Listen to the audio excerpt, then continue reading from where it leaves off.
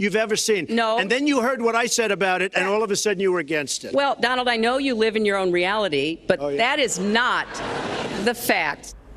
In Commitment 2016, Hillary Clinton and Donald Trump are fresh off of their first of 3 debates. Now, determining who won a presidential debate, obviously a little bit complicated. So to discuss this, we turn to our political analyst, Mark Sandalow, who joins us from Washington. Mark, good morning. Thanks for being along. Morning, Abigail. Now, a CNN poll shows that Hillary Clinton won this debate. First of all, do you agree with that? Secondly, how do you even assess that in the first place? You assess a debate by who goes up and down in the polls over the next few days. These instant polls are not terribly scientific.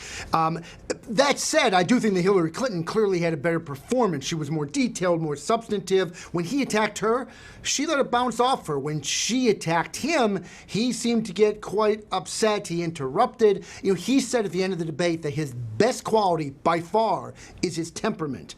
If that's true, last night was not a good night for Donald Trump.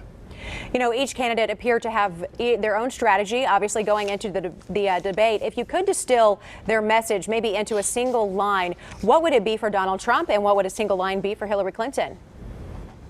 So Clinton called Trump Donald all night because clearly she wanted to make it apparent that he doesn't have the maturity to be president. She said at one point, a man who can be provoked by a tweet should not have his fingers on the nuclear button.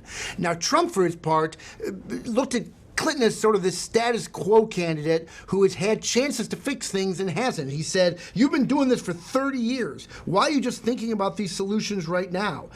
And that in some ways distills this election because most Americans do want a change in political leadership. The question is, are they willing to risk that change in the hands of Donald Trump? Yeah, he kept mentioning that phrase over and over, 30 years, trying to hammer home the fact that she has been at this for quite some time.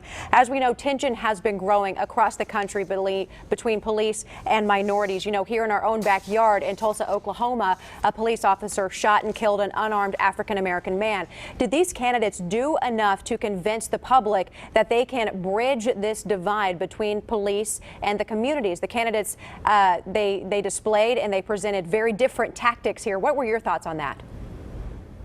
Very different. I mean, Hillary Clinton talked about building trust with the police force, about how too many African-American men are being jailed due to the way that the laws are set up, that we need to get guns off the streets. Donald Trump said the way you work on this, when he was asked about race relations, he said law and order. He said that what they did in New York, where they had a stop and frisk law where police could stop and frisk anybody they wanted with any kind of suspicion on the street, was the way to go. Now, that was ruled unconstitutional. Trump says he still thinks he could muster that. I don't think that there's anything either of them could say that would try to convince people you could bridge the racial gap, but you definitely saw very different approaches from the two of them. Absolutely. Mark Sandalow, we certainly appreciate your expertise and your analysis. Thank you so much for joining us. And did this debate matter? We shall see. The polls, like you said, the night after or the morning after don't necessarily matter. So we shall see in the coming days who changed the most in the polls following that debate. Mark, thank you so much.